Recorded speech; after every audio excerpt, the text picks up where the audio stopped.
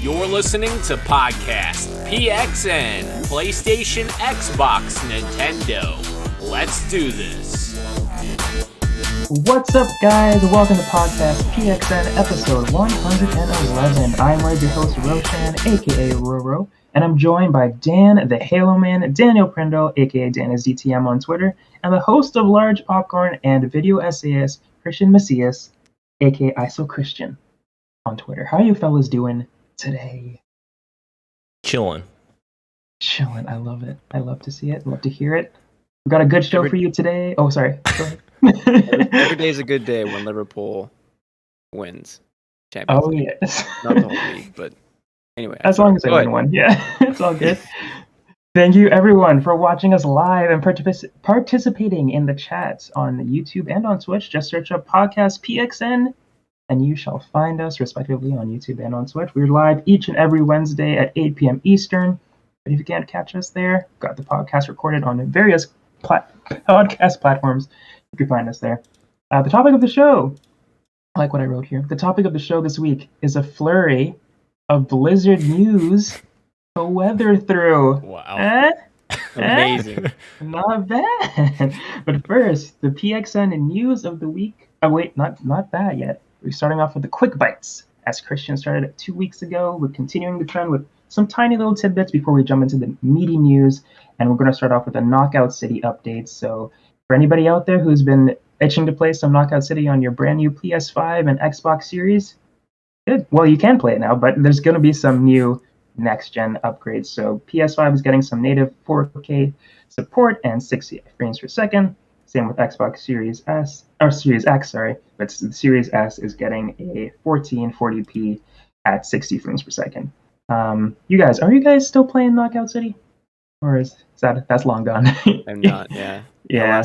It was a great 2 weeks, though. Are you kidding Exactly. me? Yeah, it's very similar to Fall Guys for me, where I played it for I'd say a good month, maybe three to 4 weeks, and then I just dropped hard. Yeah. Although the BR mode looks pretty cool, though. I'm not gonna lie, like that had me. Yes. Maybe I'll download it again, but who knows? I did see that. I saw Emmett on Twitter. I think Yep. he tweeted that. Yeah, he tweeted a thing there, and I was like, yeah, that looks pretty fun. But our next little tidbit: Sony has formed a PlayStation PC label for its PC games push. On Wednesday, Steam users noticed that the platform holder's PC releases had their publisher switched to PlayStation PC LLC from the previous PlayStation Mobile label. So PlayStation is officially, it seems, in the PC game, porting their games over to the PC. I think this label just means that they're going to be doing more of it, and that's good news to me. What do you guys think? Have anything to add on that one? I think I saw on Reddit there was like a another NVIDIA, whatever that's called, the streaming tech leak, and there was like 6 or 7 games that were listed on there, which really? Yeah, like Returnal, Ratchet and Clank, some of the big hitters, Returnal. Yeah. So wow. Yeah, it'll be interesting to see if that happens. But yeah, the PC label is interesting. Yeah, we knew that like more PC games were coming. Sorry, more PlayStation games were coming to PC. But yeah, like Dan pointed out, like some more recent games, which I think is very cool. And it's like, I think honestly, Xbox was kind of the trailblazer here as far as getting their games on PC and like almost like pretty much like day and date now. So PlayStation following suit, or at least catching up. I think it's very cool to see.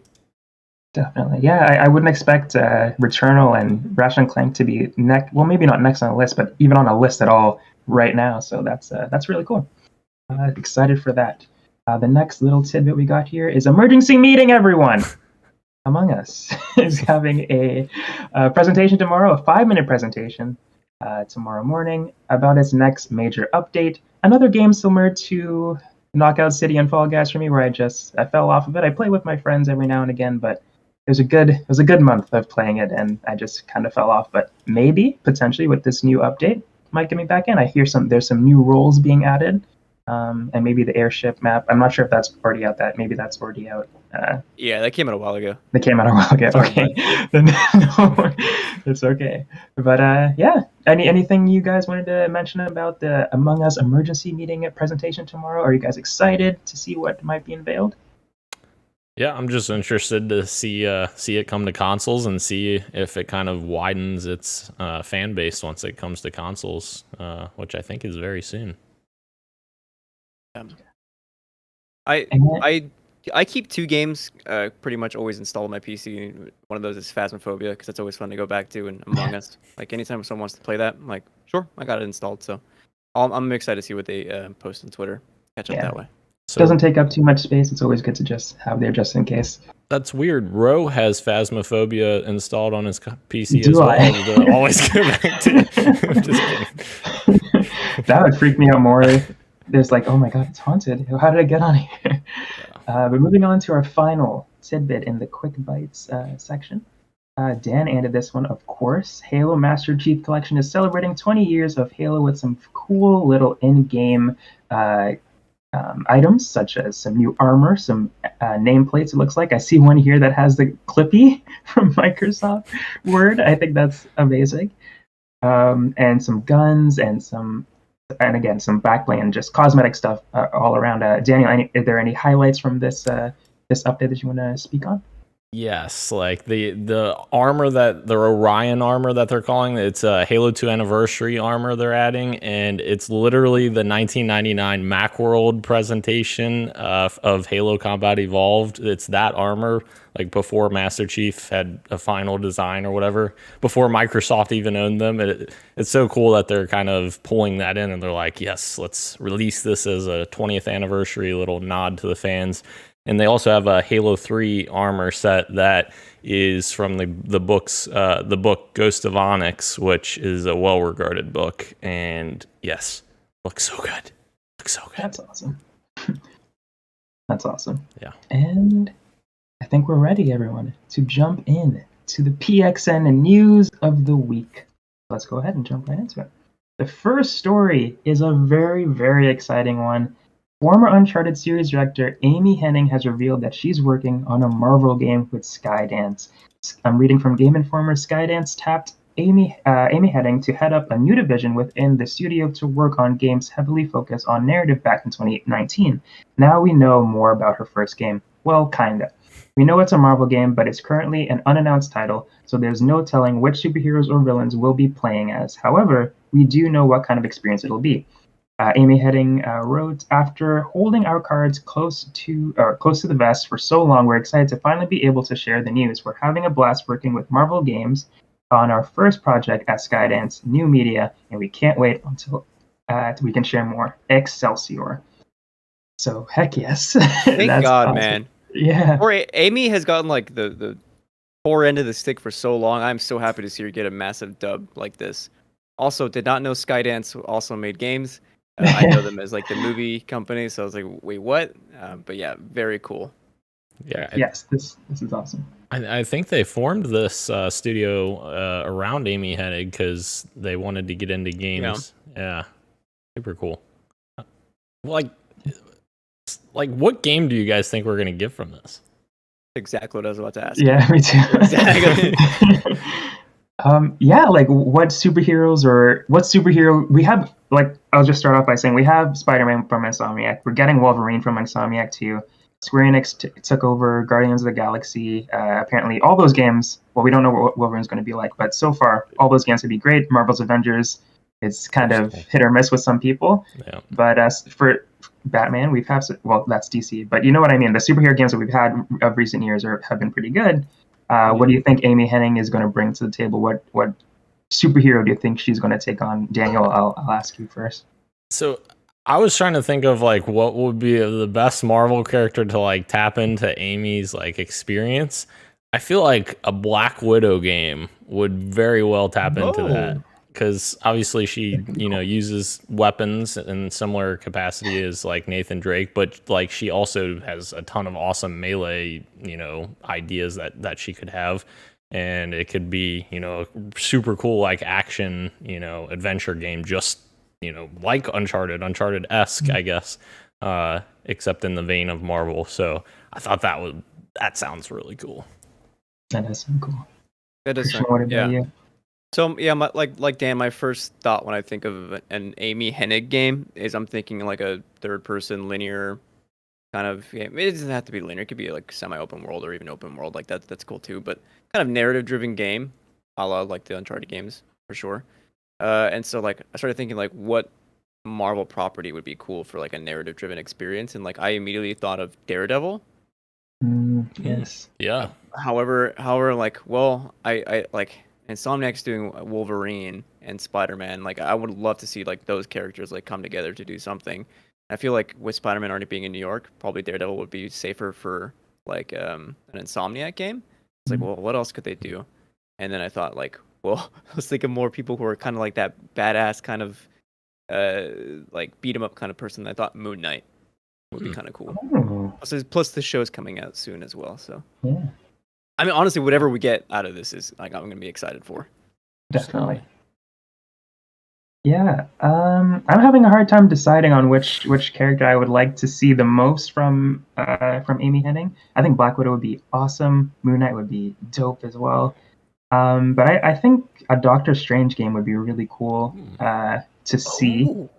I think that would be awesome. I know Daredevil is the one that we've been asking for time too, as like especially with the Spider-Man game that came out. That's just been bumped up on the list, but I think Doctor Strange would be a really cool one to dive into with all his powers and stuff.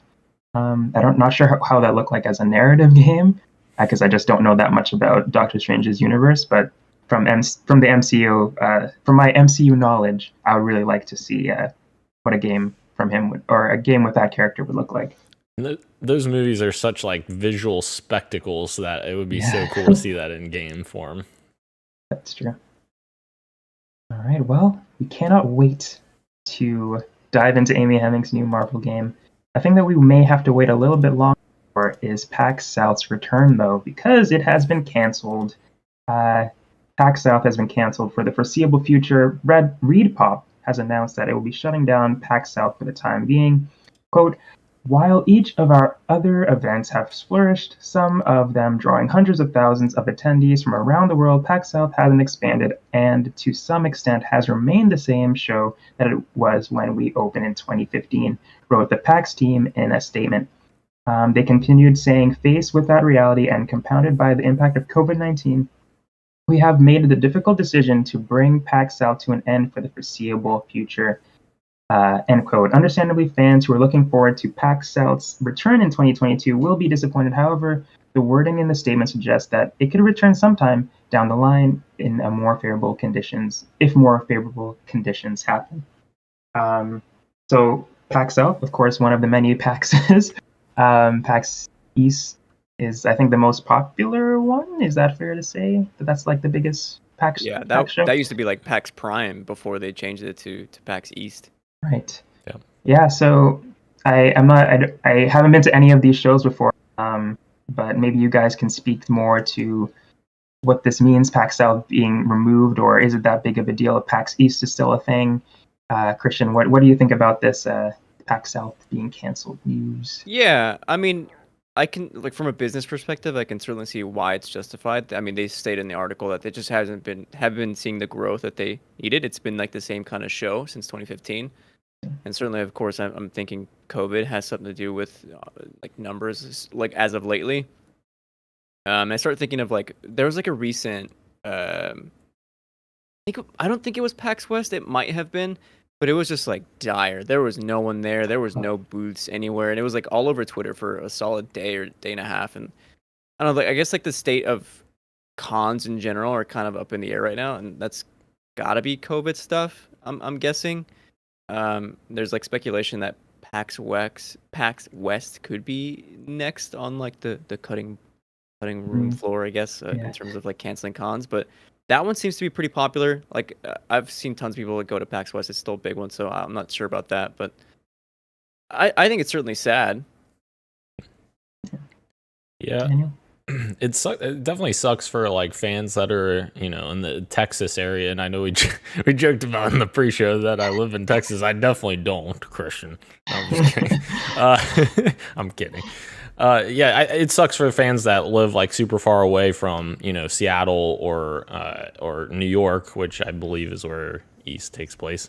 And it's kind of, one less avenue for those fans to kind of get into, these cool social events to talk about games and see their favorite creators and listen to panels and all these things that you get from these cool conventions. So it does kind of suck for those people. I think it would be cool to go to a PAX event, but I've never been. So maybe PAX East sometime, because, that'd probably be closer than Seattle. Yeah, I always wanted to go to one of these conventions as well.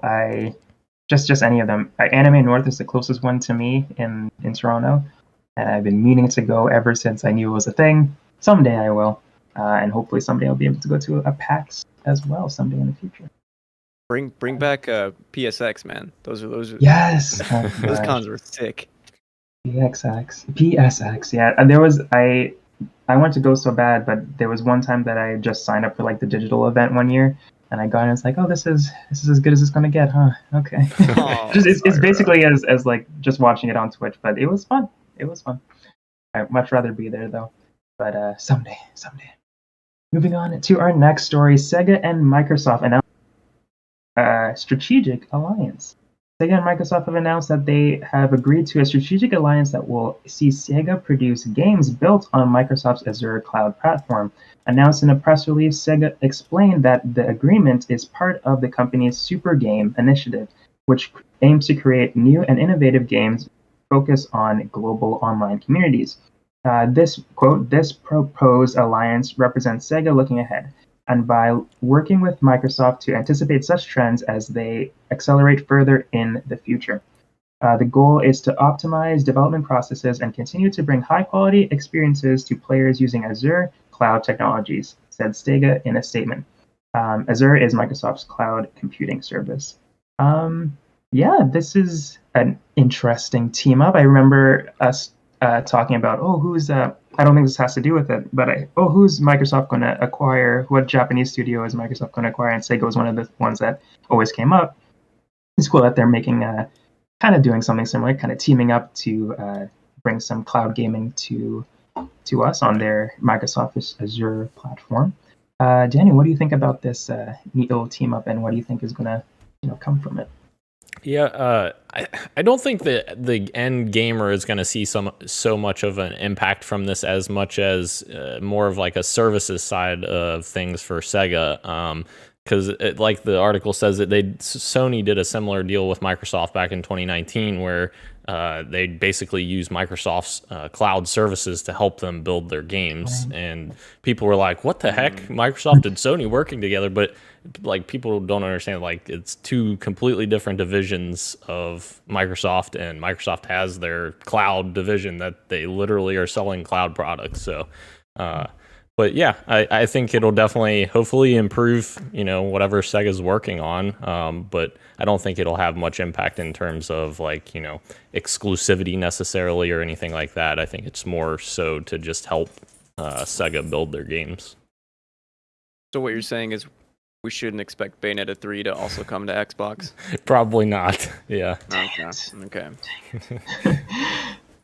That's actually good. Now I have like actual expectations in check, though, because when I first saw this, I was definitely thinking that it would be some kind of partnership in terms of gaming.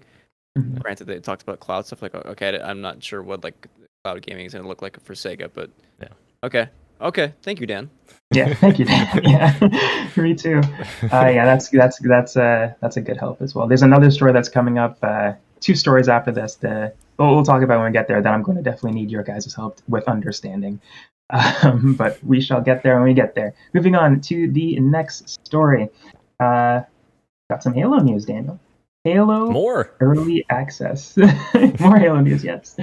According to a new image, one of Halo Infinite's editions may have leaked, it being an early access digital bundle.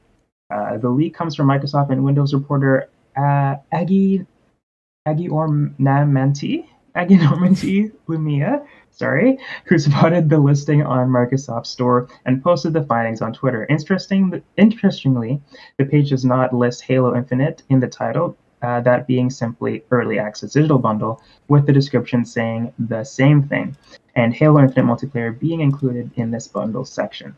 In addition, a prior tweet by Lumina indicates that Halo Infinite may be receiving 4 DLC packs. So Daniel, how do you feel about an early access bundle? Probably as someone who has already pre-ordered the game, I imagine. And the DLC, what do you think the DLC is? Is it story or is it more multiplayer stuff? So I'm not entirely sure what this is going to be, because there was part of me that looked at this and was thinking, like, if this is like a press or journalist access to the game, like they're giving this code to have early access to the game. But the weird thing about that is it wouldn't show up in the store, which I saw people commenting below that it wouldn't show up in the public store if it was something like that. So then I was thinking, like, maybe they released the multiplayer early. Like, this is the 20th anniversary of Halo this month. So, like, maybe they give people early access to Infinite's multiplayer at the end of this month or something. I don't know. It's going to be interesting to see, like, what this is. Or, like, is this just DLC for Infinite? Like, it's still very unclear to me, like, what this could be. Obviously, all the multiplayer DLC, whatever, multiplayer DLC ends up coming out is going to be free because the game is free to play, and following in the footsteps of Halo 5, which all of the DLC was free. So it will be interesting to see what this is. I don't know, but I'm definitely intrigued. Have they done some stuff like this before with other games that you know of at all? Not that I know of. Like, the only early access thing is for instance, Forza Horizon 5 has 5 days early access if you get the special edition of the game. But yeah, I don't know of anything that they've done like this before with Halo in particular. Yeah, you gonna jump on this?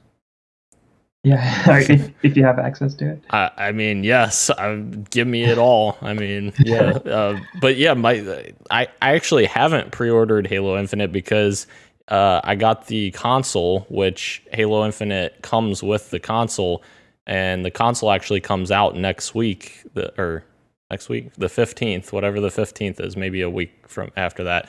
But it comes with a digital. Yes. It comes with a digital code of the game, so I can't enter that code until I have my console and I get that code. So hopefully it's nothing like before that. I hope not. I don't know. This is just an off question for Dan as well. Because you're such a big Halo guy, are you considering buying? Is there a physical version of Halo? Yes. I would imagine there is, right? Are you considering buying that just to have that as like physical collectible? I've thought about it, and I don't know yet because yes, it's I own it in Game Pass technically. Well, I guess rent to own, but then I'm also getting a digital copy. I'm like, do I really want to go buy a physical copy just to have a disc? I don't know. I do have a copy of Halo the Master Chief Collection that is still sealed, factory sealed, that I never opened because I got a digital copy of that as well. So yeah, maybe I will. The crazy part is if you put that sealed copy of Master Chief Collection into an Xbox One that's not connected to the internet, far different game than what we have right now. Yeah, I can imagine. Oh wow, that's interesting. Yeah. Moving on to our next story. id Software hiring staff for a long-running iconic action first-person shooter. id Software currently has a number of job vacancies open at its Dallas offices, where the studio is hoping to hire new staff members to work on the development of a long-running iconic action FPS. The open positions are can currently be found listed on ZeniMax website, as well as stating that the developer is hiring staff to work on an already existing IP. A number of vacancy posts on this site may also provide further clues to what that might be. And what they might be indeed is Quake. Maybe it's Quake. Perhaps be that. What's the other game that you in Daniel? What? Sorry, say that again. You cut out for a second. Sorry. You're good. There were two games that you mentioned that it could be correct with Quake and what was the other one? Quake and Doom are the two that came to my mind. Okay. Right? Yeah. Gotcha. So, like, the only reason why I was thinking it wasn't Doom was because of them mentioning the fantasy aspect. Because, I mean, Doom's not really fantasy, I wouldn't consider it. I would more consider it like sci-fi. But Quake definitely has that fantasy element to it, and it also was weird to me that they re-released Quake not that long ago, that remastered version of Quake. So, like, why else bring back this game that came out 20 plus years ago other than to revive the franchise? So yeah, I'm very interested in this, and I think that id did an amazing job with Doom 2016 and as well as Doom Eternal.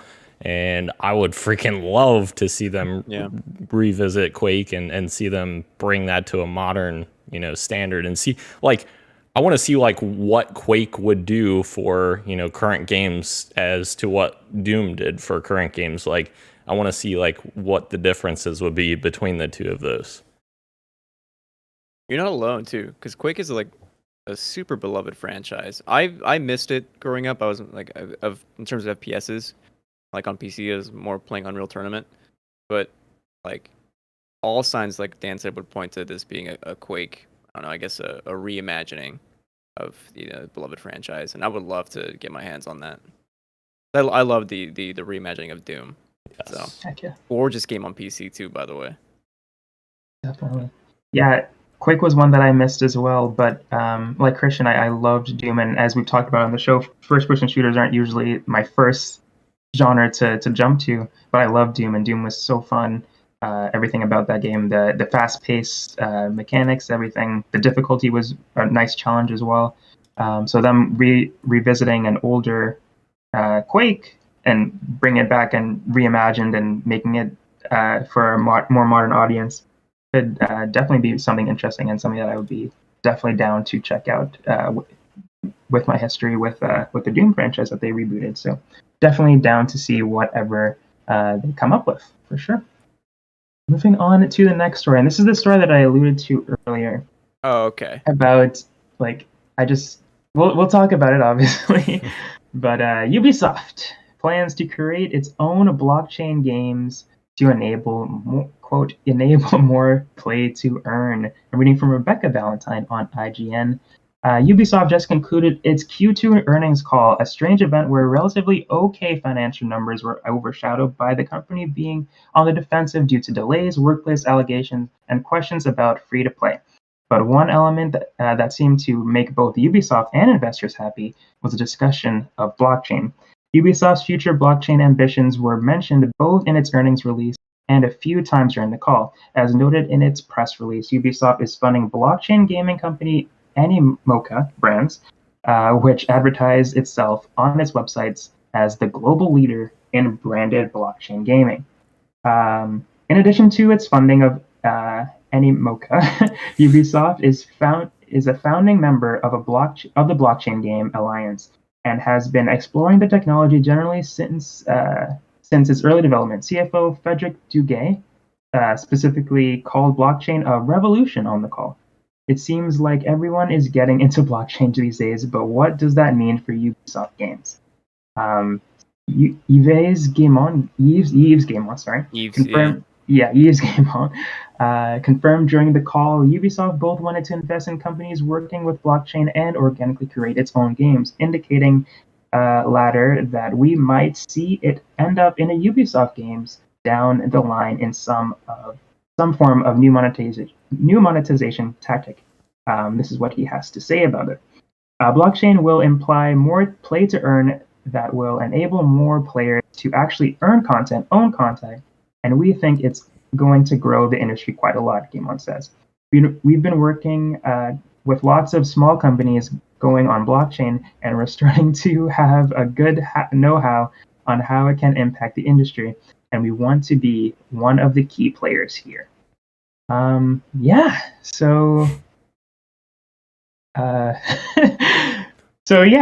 as I said earlier, this is the one that help understanding as to why they are doing this one. Why? I think that's where I want to start. Why do you think? Why? Why? Why? And like the whole NFT and blockchain stuff is still something that kind of racks my brain a little bit. I know non-fungible tokens are something that is unique, quote unquote unique, a unique product, but in digital form. Like if somebody draws a picture and they make it an NFT, you have to pay for that JPEG, right? And no one else owns it technically, except the person who bought it, even though you could probably screenshot it and just do whatever the heck you want with it. That's one of the problems that NFT people are facing. But obviously this is different. This is in gaming. So that's where I kind of have the difficulty of understanding what they're doing. There's somebody down here that kind of tried to make it a little bit easier to understand. So I'm actually reading an IGN comment, which never usually happens. But basically, this is what they say. They're going to market games as though you are able to potentially earn everything without spending real money, even to earn Bitcoin analogs that have real money value. The unfortunate truth is that, however, be competing against no-lifers to earn pennies an hour. So it will make more sense to buy their product than to grind your life away shoveling 16 tons. So, yeah, I'm just, Christian, maybe you could just help me. Daniel, maybe you could just help me what this means for Ubisoft games that they're doing Bitcoin now. I feel like they're just one controversy after another with them. It means I'm not going to buy any Ubisoft game from here on out, man. That's what it means. I also, like, I guess just the way I imagined it, and maybe I'm wrong as well, like, in terms of NFTs and gaming. Remember No Man's Sky? Like, how big that universe was, and, like, when you reached a new planet that no one else had ever discovered, or you found a new animal no one ever discovered, you were able to claim that as your discovery, and you wrote your name on it, and, like, anytime someone else made that same discovery in the universe, it would have your name attached to it because you made that initial discovery. I guess that is how I would imagine NFTs in games, except you have to play to actually earn the, I don't know what kind of currency they're going to use, some kind of crypto maybe, or like their own in-house crypto, Bitcoin, what? I don't know. But it is a lot to unpack. I'm glad investors are happy. Yeah. But like screw them. I don't know any gamer that's like fiending to get some like NFTs in their games, to be honest. And maybe I'm just like ignorant. Maybe like I'm sure they're out there, but like this is just like a super out of left field thing for Ubisoft to do. And like I know one of the big controversies as well is like how like crypto mining is like terrible to the environment, and like we've only just scratched the surface of that. We had the big scandal come out this week of the scammers who were had their own like monkey coin or whatever, and like they were selling like NFTs of these drawn monkeys, and then but you couldn't exchange them, and then they like all bounced out because they took everyone's money. It's a lot to unpack. I don't know why Ubisoft is doing this essentially. Dan, please. Yeah. Help us. I don't think I can help you. This confused the hell out of me. I was just like, what does this mean? Like, what does this actually mean, Ubisoft? Like, I'm just at a loss for words, because if you announce or talk about something like this, like you have to show like what this means, because like talking about something and showing something are two different things, and like this is already confusing as hell and not very descriptive of what this means for your games. And if you don't show something like an example of how this is going to make your games better, then why are you moving towards this?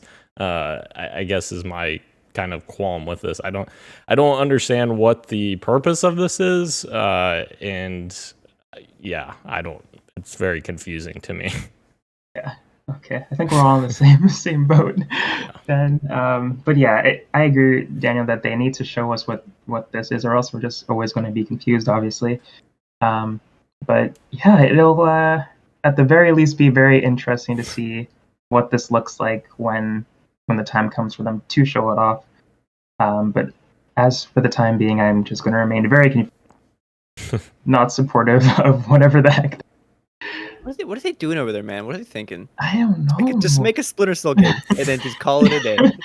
And yeah, they probably make more money by doing that. Just make a really good Splinter Cell game. Oh no, there's rumors about a Splinter Cell game in development. What if the Splinter Cell game has this NFT shit? No, I don't want that. Just give me a Splinter Cell game, Ubisoft. That's a freaking Splinter Cell game.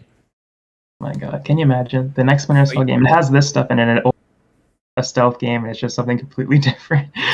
Oh, mining crypto and Splinter Cell to own all the suits. oh boy. Oh boy. Ubisoft.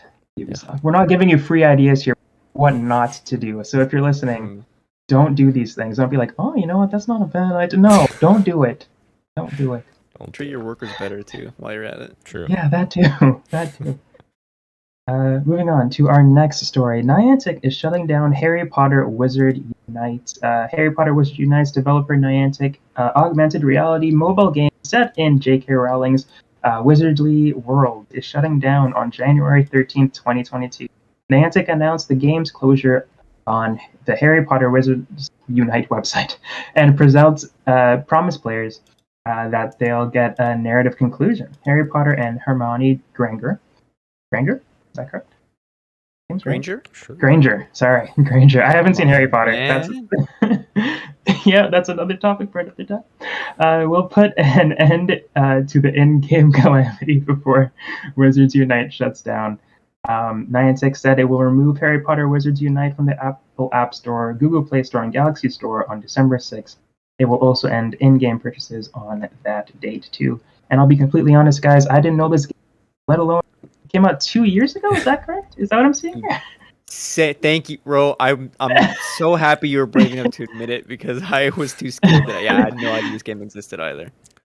Which I guess is why it's being shut down. Yeah. Exactly. The only reason why I knew this existed was because of them making Pokemon Go. Because as soon as the story came out, I was like, a Harry Potter Pokemon Go game? Okay. Yeah, and I'm sure we've talked about it on the show too. Whenever it released, or I probably wasn't even on the show when it came out, but I'm sure it was a topic at some point. But I always thought it was in development. I didn't think it had already come out. I thought this was like a game like, oh man, I really want this Harry Potter AR game to come out, but it was already out apparently. Yeah. But yeah, I Pokemon Go is raking in all the cash for them. So apparently this was unsuccessful. I think $14 million is what this got. Apparently that's unsuccessful for them. But again, they made Pokemon Go, which is just swimming in money. So I understand where they're coming from in that regard. One of the greatest summers of my life. Am I right, guys? Yes. Yeah. Oh my gosh. Such a great game. It was just fun. Just fun, yeah. What got me to go outside? Yeah. Yeah. That's the only thing that got me to walk around my college campus when I was going to school. I went to college with the mindset of I'm here to go to school. That's it. I'm going home. I'm going to school. I'm going to class. Wow. Went home, and then Pokemon Go came out, and then I started to explore campus for the first time ever. Like, oh my gosh, we have washrooms here? Yeah. Dude, one day I'll tell you guys about my PlayStation All-Stars tournament in my college dorm. Ooh. Ooh. Is this a PG story or is this an after hours? Oh yeah, story? of course. No, PG. Okay. All right, just checking. Yeah. Moving on to our next story. Netflix Games has launched today, actually, on Android devices. And it's got a banger of a lineup, guys. Stranger Things 1984, Stranger Things 3, the game, Shooting Hoops, Card Blast, and lest we forget, Teeter Up. The Netflix subscription is necessary. iOS is coming in the future as well. I remember us talking about this a while ago. Night School is also something that we should mention. They did partner with Night School. Obviously, that game isn't on this list, but sometime in the future, we can expect a Night School game from this roster of critically acclaimed games that they've got going right now. But yeah, what do you guys think about this launch of Netflix games? Is the list of games what you were expecting it to be, Christian? I mean, personally, if I were Netflix, I would have held off until the iOS app was ready to go as well. That way I can have all like the consumers be able to download it at once. Right. And I mean, I haven't checked out the titles yet, but maybe I would have held off to have like something that seems more mass appealing other than 2 Stranger Things games and then just some other games that I just have no idea what they are. Maybe it's a basketball game. I guess you just like I also don't know, like, have you guys tried this out? Do you guys have Android phones? Do you know what it looks like? I do not have an Android phone. I've seen like the press picture. I haven't seen any gameplay of it. I don't know if you even can like stream it because of Netflix. It's like you can't capture anything on their thing. So I don't know if they do it differently with games.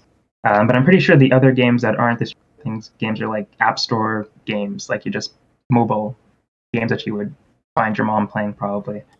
Yeah. So my question is, like, you talked about the iOS app, Christian. Like, how does this exist when Microsoft can't have their Game Pass app, where they hit their cloud services? They have to go through the web. So how is this different that Netflix is able to have games in an app that's dedicated to games? Like, that's a little tricky. I didn't think about that. Yeah.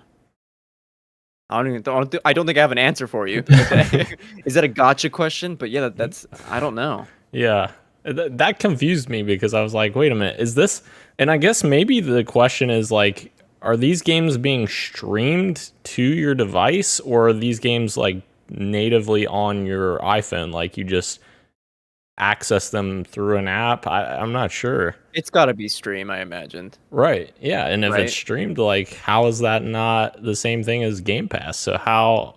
That's what I'm confused about. Like, how can Apple say like, no, we're not doing this, but we're doing this?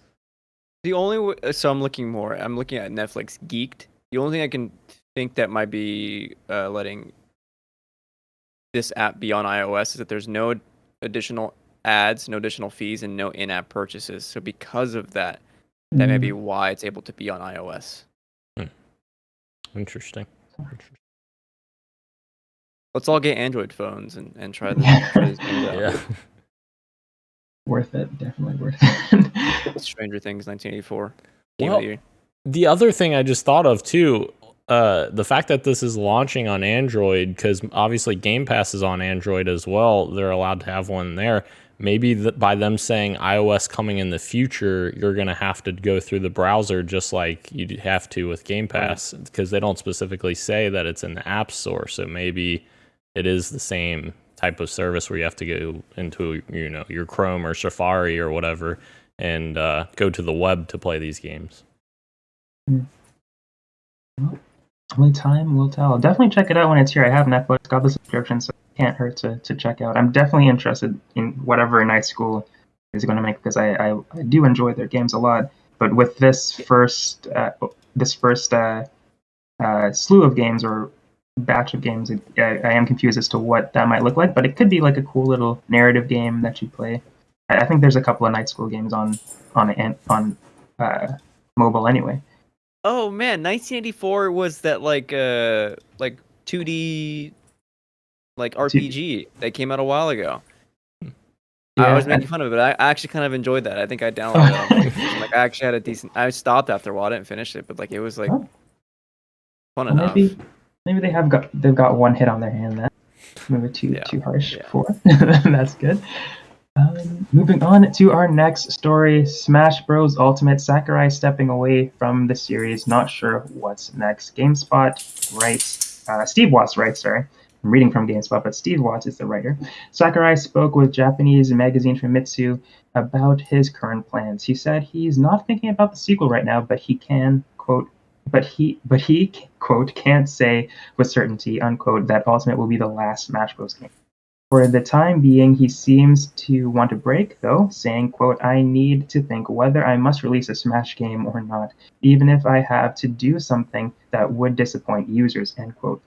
He also said he would need to seriously consider and consult with Nintendo on whether a future Smash would be successful, which I thought was really interesting, because, as we've talked about before, Smash Bros. Ultimate is really the ultimate Smash Bros., and would another Smash Bros. Be able to even compete with that? It's really interesting to think about, but I'm glad Sakurai is taking a break finally. Let the man rest. But yeah, I just wanted to know what you guys thought about there potentially being another Smash Bros. Games, and do you think Nintendo could do it without Sakurai? Daniel, I'll start with you. Personally, like, I think it would be super cool if they let Sakurai, take a rest, whatever, however long you need Sakurai, and then for whatever their next console is, bring Ultimate back into the next console, whatever it is, with a new fighter pack and continue the train. Just keep expanding the roster. That'd be nuts. Yeah. I'm sure like licensing and stuff might not allow that, True. though, right? True. Yeah. Damn legal stuff. Damn, Did you that's- guys? Apparently, I learned just by being online and by reading around this stuff that Nintendo tried making a Smash Bros. Game without Sakurai once, Oh, they did. and Wow. that it wasn't going over very well. Wait. Sakurai was just like kind of, Wasn't the last Smash Brothers? Wasn't that made by Namco Bandai? talking about the Wii U one? Yeah, and the 3DS one because they were kind of similar. Oh my god, there was those like it was Wii U plus 3DS. Yeah, I think that was made by Yeah. Namco because I think they outsourced it, and people were like, "What the heck? You're outsourcing your most beloved franchise?" That'll be interesting for sure to see what happens. And obviously, they got all these licenses one time. Maybe they can do it again. Just do it again. Yeah, I would. According to at E3 2019, Nintendo announced that Sakurai was working on Smash Bros. For Nintendo 3DS and Wii U. So did he? So he did have a little. I don't know if he was super involved with it, but apparently he was at least a little bit involved with the 3DS and Wii U ones. So that's good. But that also helps us. Well, it doesn't help us, but it begs the question: is would Nintendo actually ever do it? Would they actually ever do a Smash Bros. Without Sakurai, and would that be a good idea to do that? Not that all the Smash Bros were bangers, because they definitely weren't all bangers. But do you think it would be? I don't think it would be good. I think they should wait until Sakurai returns to continue this series, and just like I keep saying, Ultimate is such a great game that I don't think they need to rush out with another one anytime soon. If like 5 to 10 years pass and Sakurai's still not feeling it, I think it'd be worth Nintendo looking into designing another one without him. And I think by then we'll be like interested in buying another Smash Bros. Even without Sakurai, just because enough time has passed. Definitely. Also, I'm a dumbass because Bandai Namco also made Smash Brothers Ultimate with Sakurai. So they just work on the games. Okay. Yeah. I didn't know that either. But that's good to know. Moving on to some more Nintendo news. Donkey Kong movie starring reportedly in development. Let's go. A solo Donkey Kong movie is reportedly in the works, with Seth Rogen set to reprise his upcoming role as the iconic Nintendo character. According to Giant Freaking Robot, Donkey Kong is the next Nintendo character heading to the big screen following the upcoming Super Mario Bros. Movie starring none other than Chris Pratt as Mario. As well as Key. What's Michael Key? That's his name? Correct? Keegan Michael Key. Yeah. Keegan Michael Key as Toad. I still can't get over that. I cannot wait to hear him as Toad. But what do you guys think about Illumination is going to be working on this, so the same studio that's working on the Super Mario Bros. Movie with Chris Pratt as Mario. And does this excite you? Do you think we're going to get Peach movie starring Anna Taylor-Joy in the future as well? Maybe a Toad coming of age story with Michael Keegan Key. What? Christian is shaking his head. What do you think about this Seth Rogen Donkey Kong news? I'm so tired, man. I knew it was gonna be a matter of time before we started getting the one-offs, and obviously, you know what? Good for them. Like make your money, whatever. Like you're a business. I get it. But and I know I'll watch too. Yeah, they got us. I mean, they got us. Yeah, the Illumination movies, they're cute movies. I'm not gonna lie to you. Like I've seen one of the Minions movies, like half of it when I was like babysitting or whatever. Like I enjoyed those 45 minutes. So like I understand, and like getting the IP to like a new generation of people through Illumination movies, I think is probably like a smart thing for Nintendo. It's only gonna like bolster their brand. So power to you. But like having this on top of Chris Pratt be not just Mario but Garfield in the same week, too much. Right? It's too much for me to process. We truly are living in a simulation. We have to be. Daniel, what do you think? Yeah. Number one, like, do we even know that Seth Rogen is gonna be good as Donkey Kong? Because I'm still like, what is this gonna be like? Oscar winning, Dan. Yeah, Oscar winning. It's him like smoking a joint the entire time, like laughing hysterically. It's like, Oh my I want to goodness. see like what his take on Donkey Kong is before I say like, oh yeah, I'm all in on this movie. Like maybe Nintendo, you should probably wait for the Mario movie to come out before you start working on They sequels. they heard his Donkey Kong laugh and they signed him for 3 movies. Yeah. In Nintendo's slash Seth Rogen's defense, who would play like a good Donkey Kong? The only like reference we have is that Donkey Kong 64 animated movie, and that Yes, was and it was good. terrible. Oh, I love the music. I really love the music, and I unironically like the voice actor for Donkey Kong, but I don't think it's like yeah, you're right. yeah. You're definitely right. But I know what you're saying. Like I enjoy it, but I know it's not a good movie. But yeah, there's that, and then there's the literal monkey character that I don't think he has an English voice in the games, right? I haven't played many Donkey Kong games, but it's just so weird to see. I agree, it's weird to see Seth Rogen play Donkey Kong, but who would we not be like, wow, you have him playing Donkey Kong? I don't think there's many people who would be like, yeah, Idris Elba's Donkey Kong, yeah, let's go. Actually, Oh my god. maybe. No. But Honestly, yeah, I think Seth Rogen's probably like one of the better the best castings. choice. Yeah, Yeah. yeah. Why not, man? Why not? Let's see how it goes. Let's give him the benefit of the doubt. Chris Pratt though, no. Why'd they do that? But Seth Rogen, let's see how it goes. Moving on to the next story. I probably should have put this in quick bites, but unless you guys might have some deeper thoughts to talk about, I know Christian. It's like, how dare I? How dare you. Elden Ring is getting a 15-minute glimpse on November 4th, my sister's birthday. Wow, happy birthday. To her. Happy birthday to her. Yeah, it's going to be tomorrow at 3 p.m. Eastern. Christian, I know you are the Bloodborne Dark Souls guy. How excited are you? I wouldn't call myself the Souls guy. Like I've played half Out of the three of us, I guess. Soulsborne games. You know what I Yeah. mean? Like, but dude, this is like the most information we're gonna get like before the game releases. I think 15 minutes. 15 minutes is a lot, and like we know we know tidbits here and there. We got the deep dive into sort of like what we can expect in terms of gameplay, in terms of the world, but like seeing it in action is gonna say so much about like what the game actually looks like running.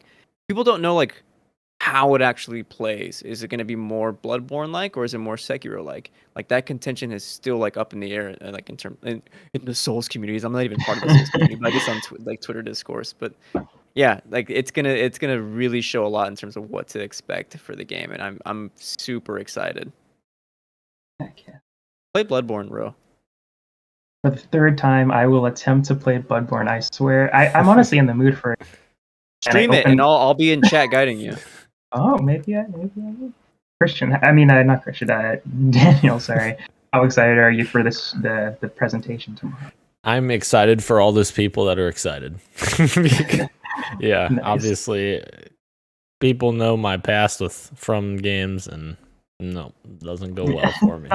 Not a good relationship. Not a good Broken relationship. controllers. Yep. Pissed off Daniel. Not a good look. Not a good look at all. In fact, if I stream that game, people might see a side of me they wish they never saw. Yeah. But yeah, as I said before, I'm not a huge Soulsborne guy. I've tried Bloodborne before, 2 times to be exact, and I just haven't gotten super deep into it. Just not into that sort of gameplay. There are some that I've liked, like I've said, Neo. I enjoyed Neo quite a bit, and Code Vein I enjoyed quite a bit as well. But yeah, that's why I'm excited for tomorrow. I want to see what this looks like, and if this is this. I keep saying I want to try Elden Ring, and tomorrow I think that'll be the nail in the see if I really will pick it up to see what this game really plays like and everything. So I'm definitely excited for the stream tomorrow. Absolutely. And yeah, yeah. Go ahead, Christian.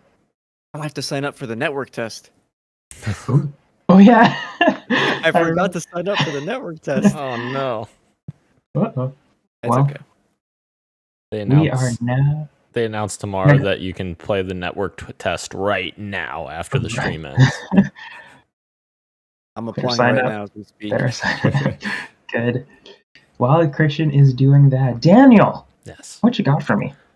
I've got a lot this week, surprisingly. I've been busy. Far Cry 6, I started it. I really like the Far Cry games, and I started this one, and I'm like, I like it, but I'm not in the mood for it, and I immediately shut it back down. I played like an hour of it, and I was digging the vibes of the world and exploring and everything, and then I was like, I'm just not in the mood for this type of game right now, so I set it aside. It can sit in my backlog for a little bit, but a game and that is, sort of not in my backlog is Metroid Dread's demo, which I played almost immediately after the podcast last week. And that was actually a good time, guys. And the only thing that worries me about possibly picking this up is I did get frustrated to the point where I was like, all right, I'm done with the demo for the night. And I didn't go back to it. But that little, I forget what the creatures are called, but the things that follow you and like you instantly die if they touch you. The Emmys? The robots?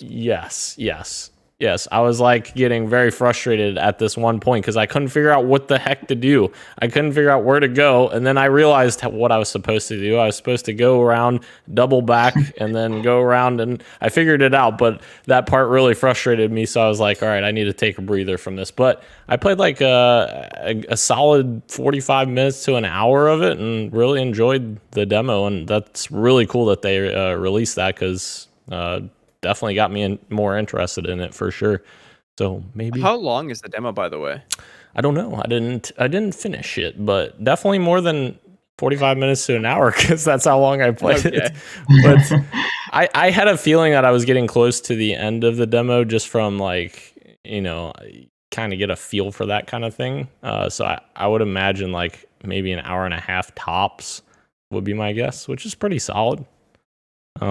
But yeah, the last game I've been playing, which I immediately bought one day, I think it was Friday maybe, and I was like, all right, I need to dive into this because there's been so many people talking good about it. Guardians of the Mother Effing Galaxy. Enjoying Galaxy. Yes. I've been enjoying the heck out of it. It is a very, very cool game, and it is definitely something that I want to play right now as opposed to Far Cry 6. And I love the vibes that the game gives off because it's just like there is constant chatter. Like I feel like it's really well scripted in terms of like you're getting to this point in the game or in this point of the level, and Rocket says this or Groot says this, and the banter on the ship is fantastic. Like I just love the dialogue in that game, and I can't get enough of it. And my initial concern with it when I first saw it was I didn't really like Star-Lord's character design, which I've started to enjoy more as I've been playing it. However, his hair, horrible. All right, his hair's fine. Horrible. It's a non-issue. It's totally fine. It's fine. It's just I'm with Dan on this one. Yeah. It's a little douchey though. Yeah. I actually don't mind the character model now. Like at first I was like, man, this isn't Chris Pratt, so like I had that in my head, but after playing it for a little while, I actually don't mind his character's look. Can I ask how far you are in the game? Like what chapter you think you're on right now? I just finished the first world, I think. So not very early on then. Yes, very early on. Dude, oh my god. Yeah. I'm gonna jump in on this real fast. Okay, yeah, go for it. I was gonna pass it up to you, absolutely. Yeah. That's the only thing I've been playing this past week as well as Guardians. I just finished chapter 12 yesterday, and like legit, this is gonna be one of my favorite. Like it's in my top 10 cemented. Like it might be top 5 as well. I'm not sure yet because of what Dan said of how smart this game is written. This Star-Lord way better than Chris Pratt's Star-Lord. Like by the point where I'm in the game, like all the Guardians, and that's because like in a video game you have much more time to like let things breathe. You have like characters being like fleshed out way more than like obviously like a 90-minute to a 2-hour movie allows. Like dude, there are some chapters without spoiling anything. Like the world design is like incredible. I don't know how they were able to like create worlds that are like so dense and so it's hard to talk about without spoiling, but there's like a certain chapter where you can just kind of spend some time walking around. And the chapter itself is short, but if you spend the time to kind of explore and really like exist in the world, I spent like 2 hours just like being Star-Lord in this section. And it was like some of the most fun I've had in like a superhero game period, or like a game this year. That game is incredible. I'm very excited to finish the game, but I also don't want it to end. And like the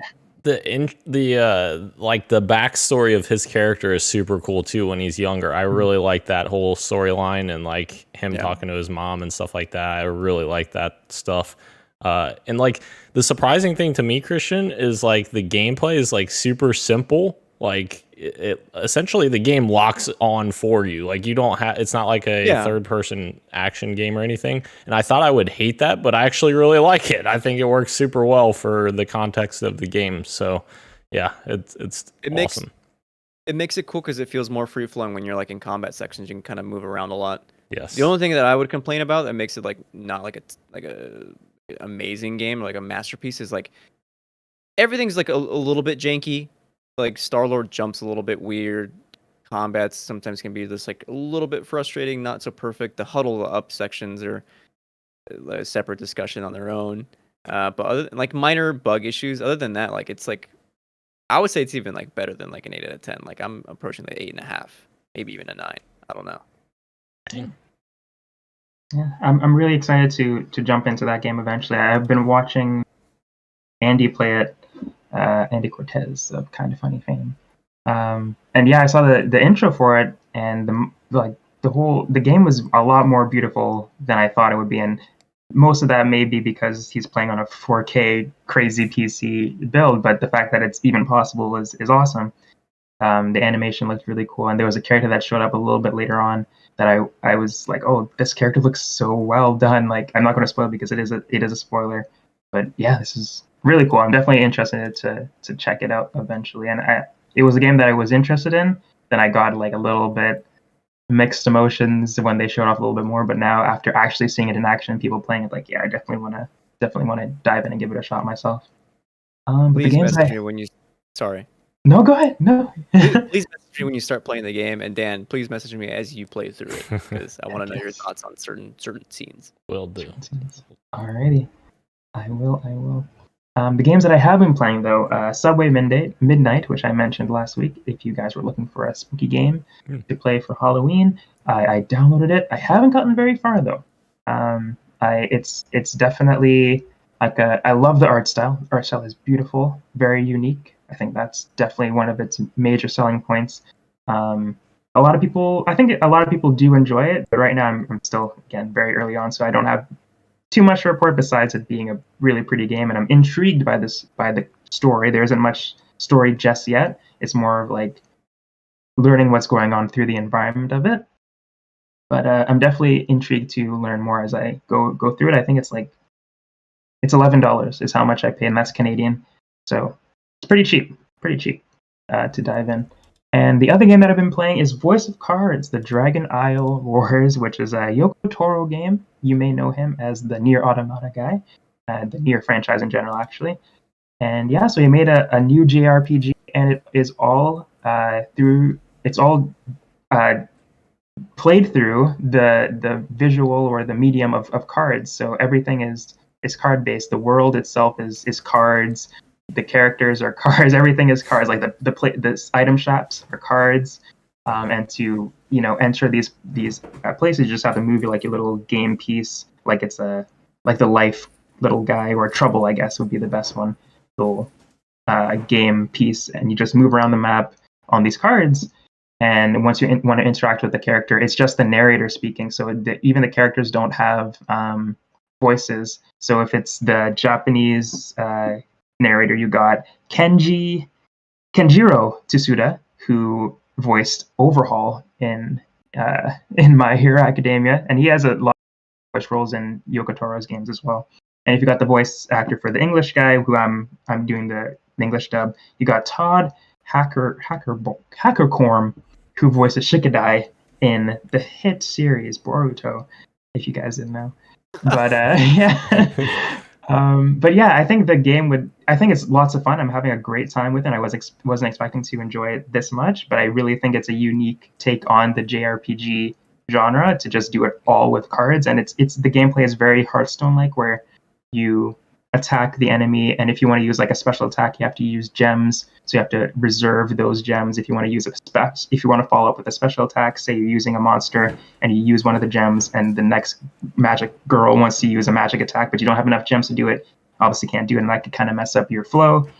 But yeah, and I also think that the game would really suffer if the narrator was amazing and the voice acting is fantastic. Even though it's just one guy, it's awesome stuff. So I'm having a blast listening to this man's beautiful voice as I play some JRPG goodness. So I'm definitely going to have some more to report as I continue down. It's very like one note right now, so it's nothing super special. I'm having a good time with it. It's just I know what I've gotten myself into right now. I have a feeling that there's going to be a twist later down the line, as it is a Yoko Taro game. I'm sure there's going to be something crazy that happens later down the line where like maybe there'll be voice acting all of a sudden. All these characters have voices and we're not card games or something. Something crazy is going to happen later on, I'm sure.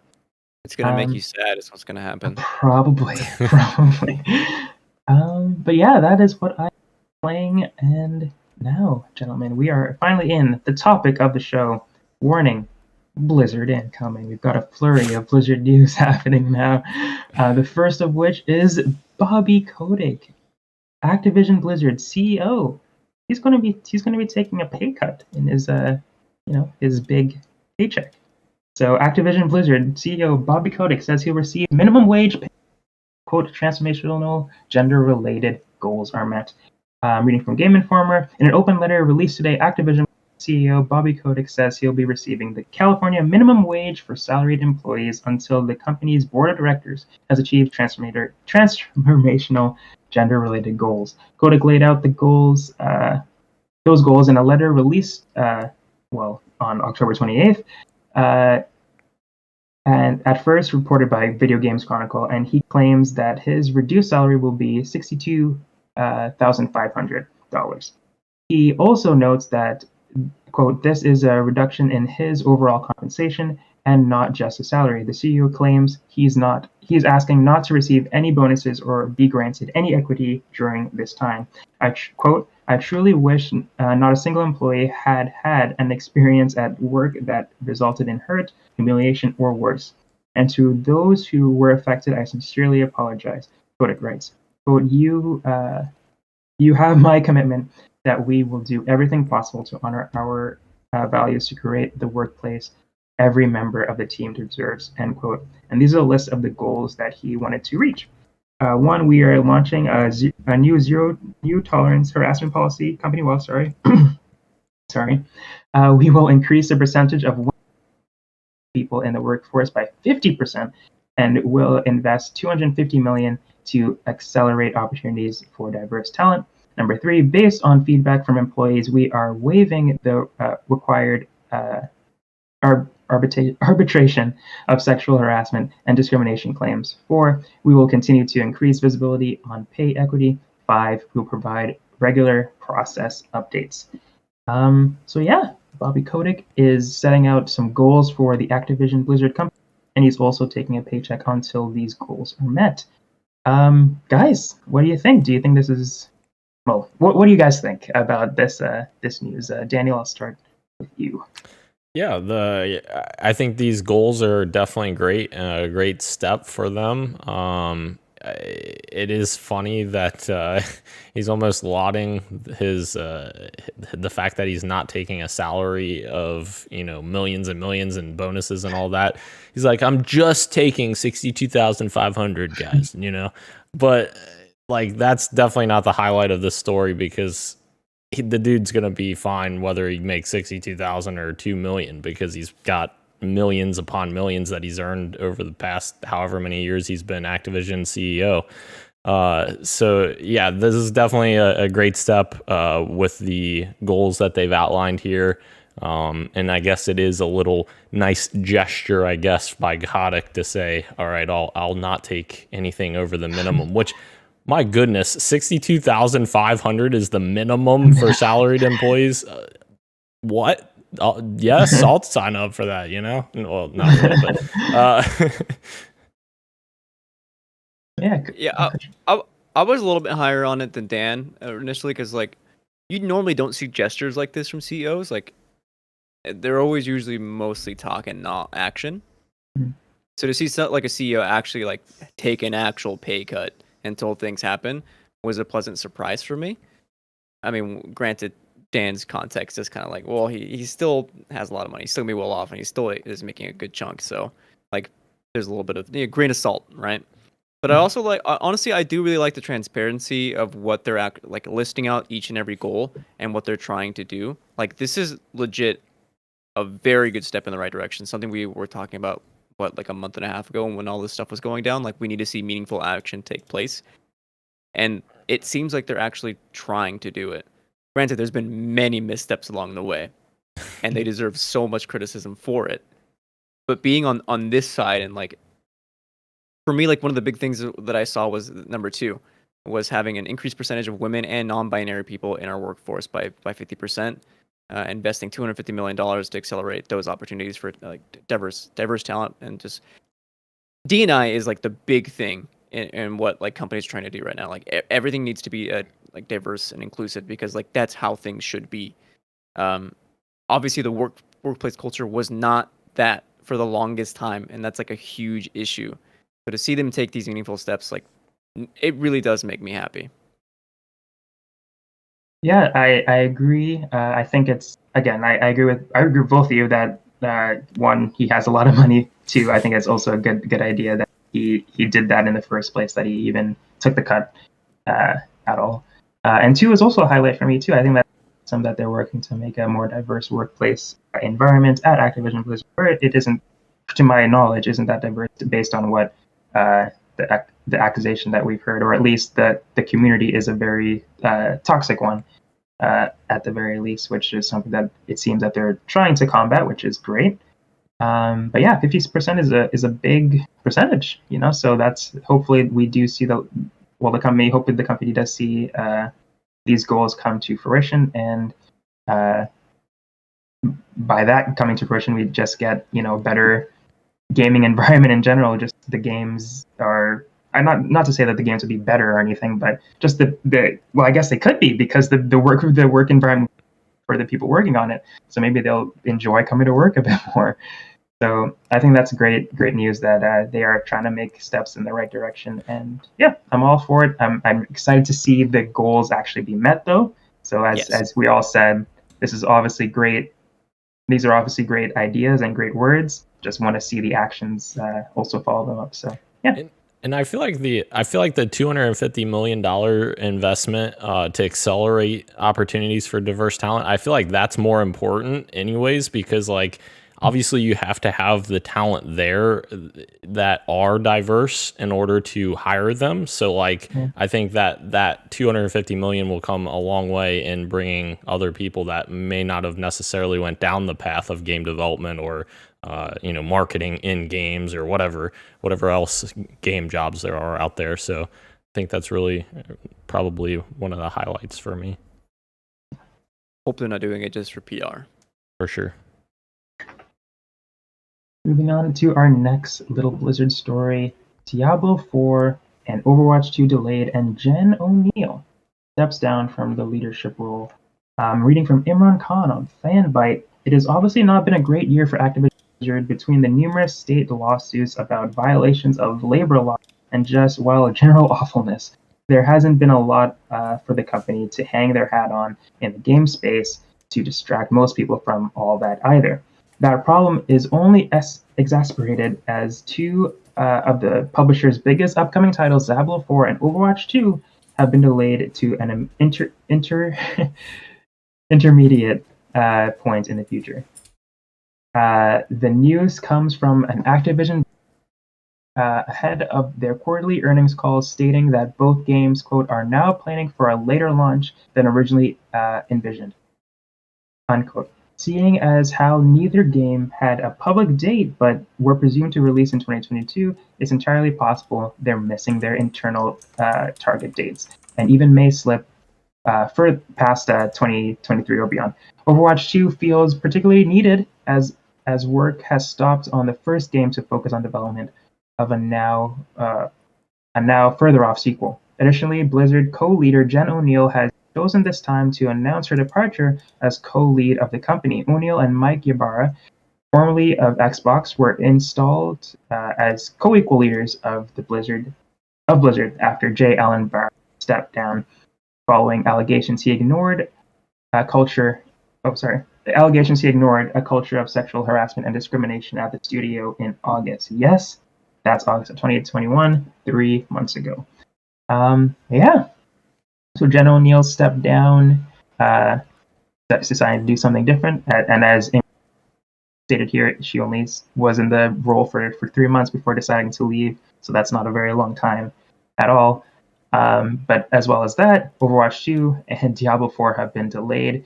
Could it be related to the workplace environment? Possibly. But I agree with what Imran's saying here as well, that Overwatch 2 is kind of the one, to me, that is needed the most soon, as Overwatch 1 came out in freaking 2016. That's crazy. But yeah, it's a bummer. And Daniel, what do you think about Jen O'Neill leaving, and more importantly, Overwatch 2 being delayed and Diablo 4 being delayed as well?